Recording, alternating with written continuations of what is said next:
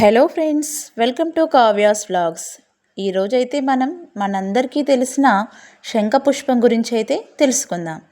శంఖపుష్పం దేవుని పూజకు ఎంత పవిత్రమైనదిగా భావిస్తారో మనందరికీ తెలుసు.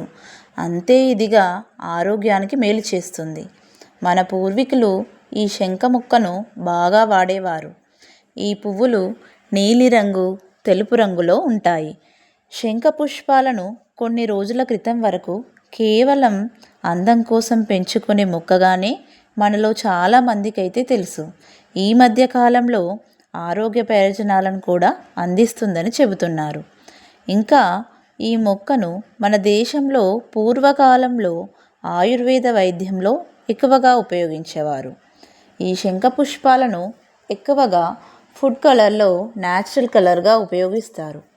శంఖపుష్పాలు వేర్లే కాకుండా ఆకులు కూడా మొక్కలలో అన్ని భాగాలు ఆయుర్వేద వైద్యంలో ఉపయోగిస్తారు.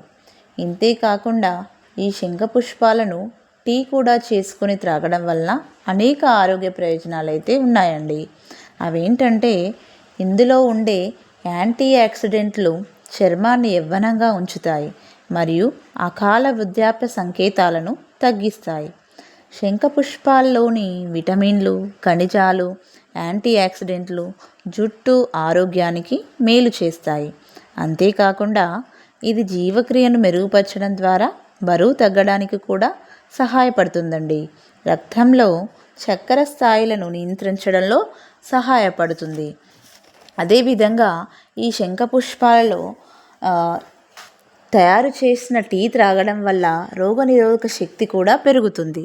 వాంతులు, వికారం వంటి సమస్యల నుండి ఉపశమనమైతే కలుగుతుందండి.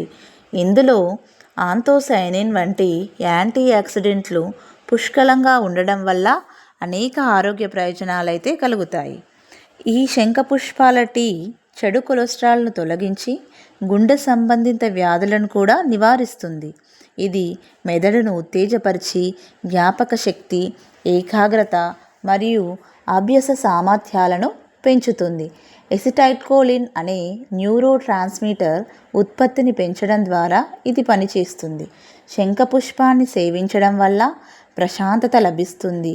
దీనితో మనకు మంచి నిద్ర అయితే ఉంటుందండి.